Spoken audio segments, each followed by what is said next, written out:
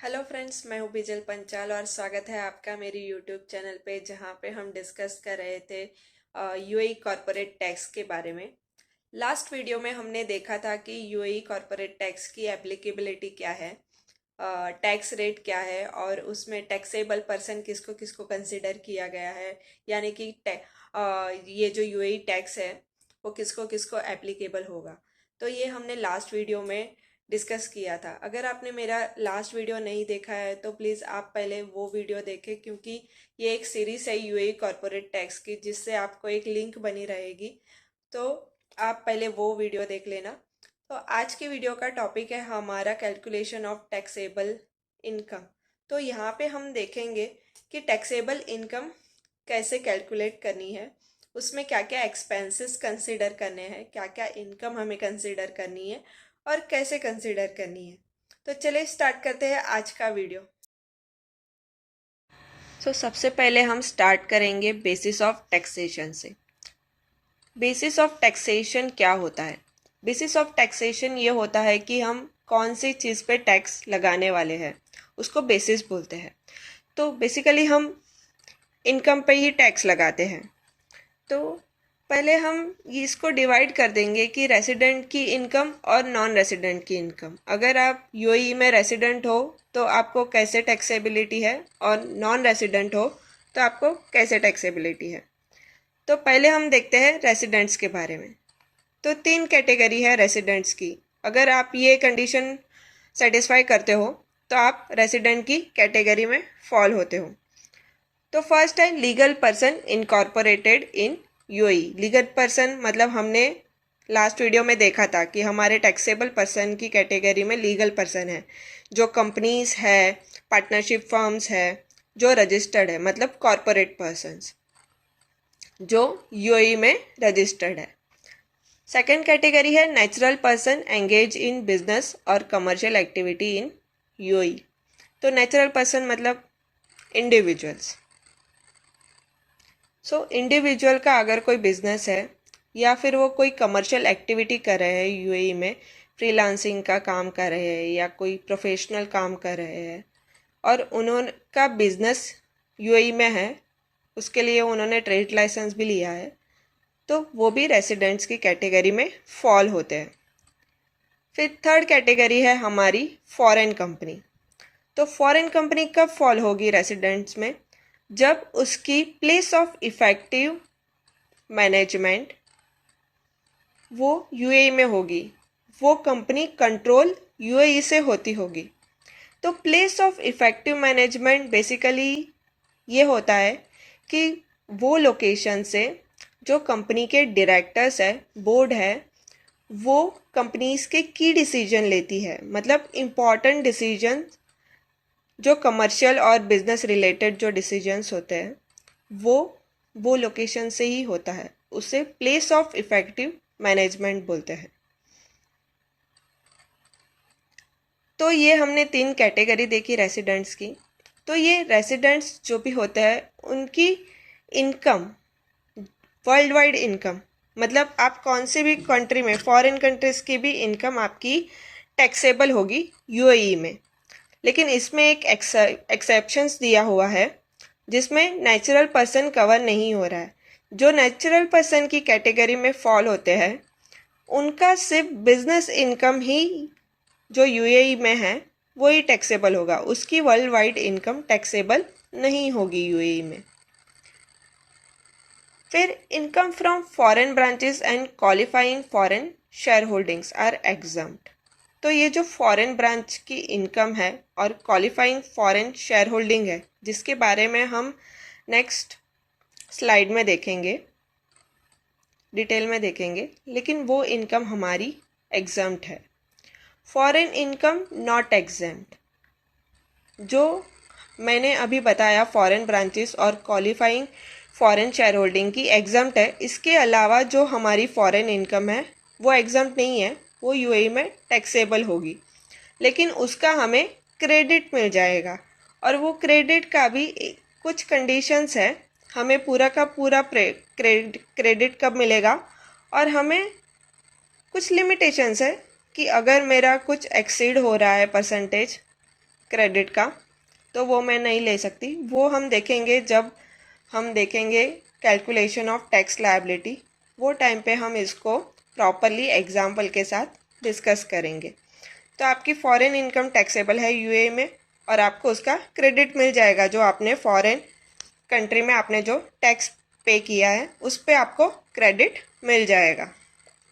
तो ये हो गई हमारी रेसिडेंट्स की बात। अब आते हैं हम नॉन रेसिडेंट्स पे।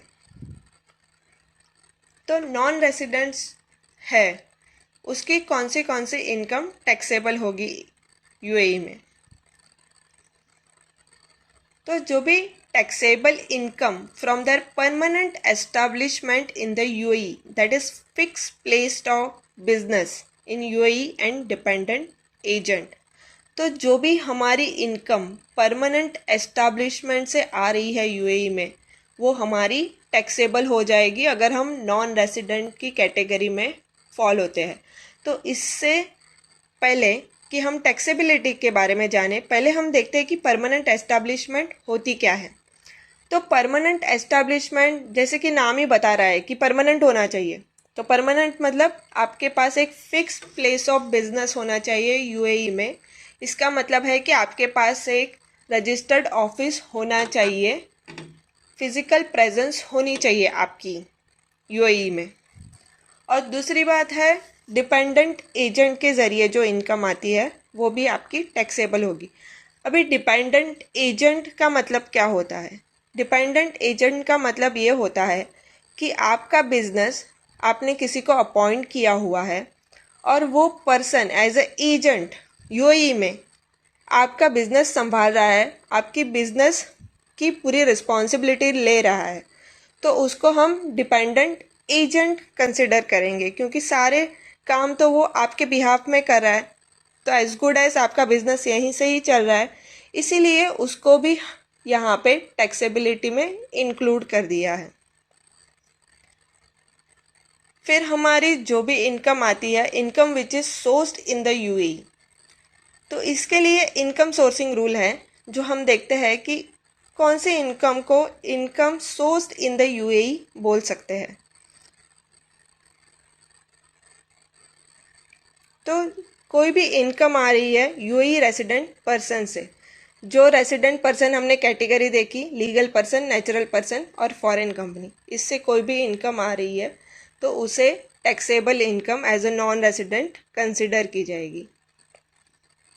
इनकम डिराइव्ड फ्रॉम एक्टिविटीज और contracts performed in the UAE, assets located in the UAE or rights used for economic purpose in the UAE।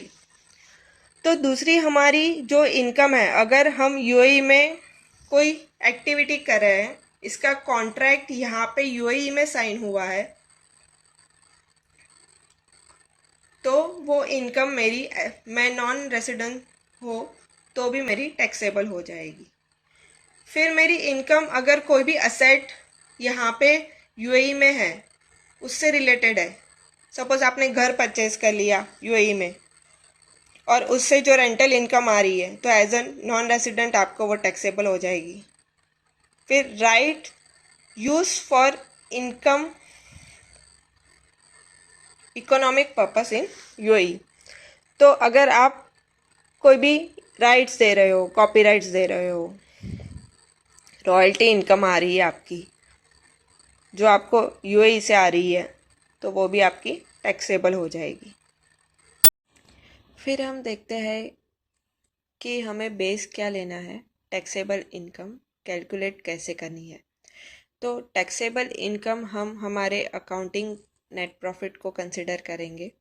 जो भी हमारा अकाउंटिंग नेट प्रॉफिट या लॉस है बिजनेस से, उसे हम टैक्सेबल इनकम कंसिडर करेंगे।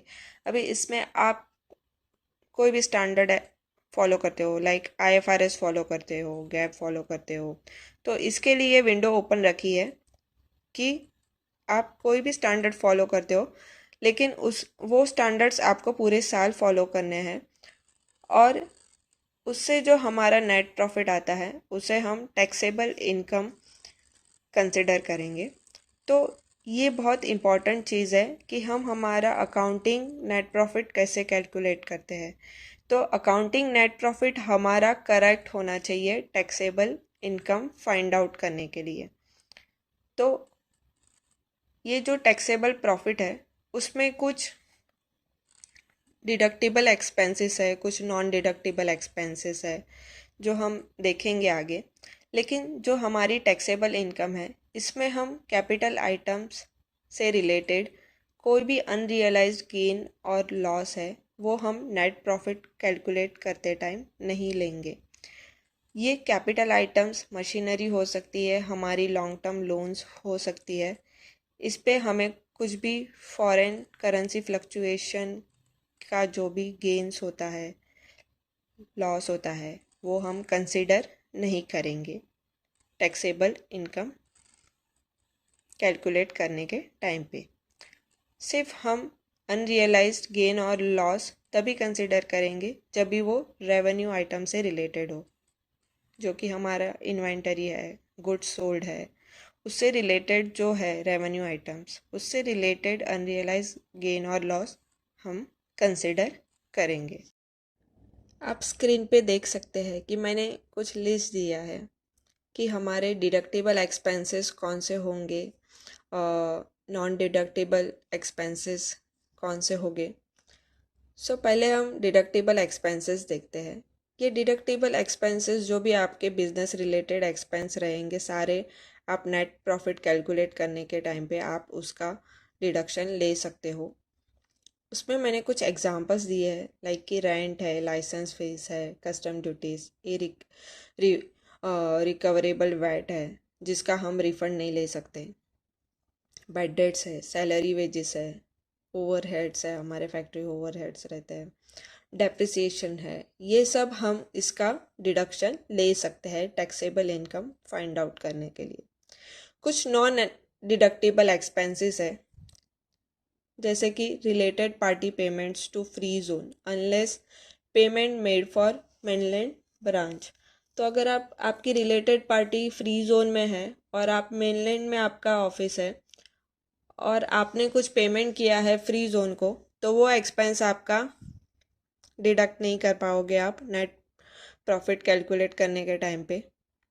सिर्फ आपने अगर कोई मेनलैंड ब्रांच है उसको कोई पेमेंट किया है, वो आपकी रिलेटेड पार्टी है, तो उसका डिडक्शन आप ले सकते हो। Expenses incurred to entertain customers, share holders, suppliers and other business partners, only 50% is allowed. So जो भी एक्सपेंस आप इनकर कर रहे हो कस्टमर को एंटरटेन करने के लिए, आपने डिस्काउंट दिया है या कुछ गिफ्ट दे दी है कस्टमर को, शेयर होल्डर्स को, सप्लायर्स को, कोई कॉन्ट्रैक्ट लेने के लिए आपने कुछ किकबैक्स दिए हैं या आपने कुछ स्पेशल डिस्काउंट दे दिया है, तो ये सारी जो चीज़ें हैं, जो एक्सपेंसेस आपने इनकर किए हैं, उसका सिर्फ 50% ही आप डिडक्शन ले सकते हो टैक्सेबल इनकम फाइंड करने के लिए। Administrative penalties, recoverable VAT, donation to unapproved charities और पब्लिक बेनिफिट ऑर्गेनाइजेशन। सो आपकी जो भी पेनल्टीज़ है, एडमिनिस्ट्रेटिव पेनल्टीज़ है, वो भी नॉन डिडक्टिबल है। जो रिकवरेबल वैट है वो भी नॉन डिडक्टिबल है। अगर आप किसी को डोनेशन कर रहे हो, किसी चैरिटीज़ को और पब्लिक ऑर्गेनाइजेशन को, लेकिन अगर वो रजिस्टर्ड नहीं है, ऑथोराइज नहीं है, अनअप्रूव्ड है, तो उसका भी आप डिडक्शन नहीं ले पाओगे। इसमें और एक चीज़ मैं हाईलाइट करना चाहूँगी कि इसके बारे में पब्लिक डॉक्यूमेंटेशन में कुछ डिटेल्स नहीं दी है, लेकिन जो भी एक्सपेंसेस हमने एग्जम्प्ट इनकम के अर्न करने के लिए इनकर किए हैं वो भी हमारे नॉन डिडक्टिबल एक्सपेंस में आ जाएंगे, उसका हम नहीं ले सकते डिडक्शन।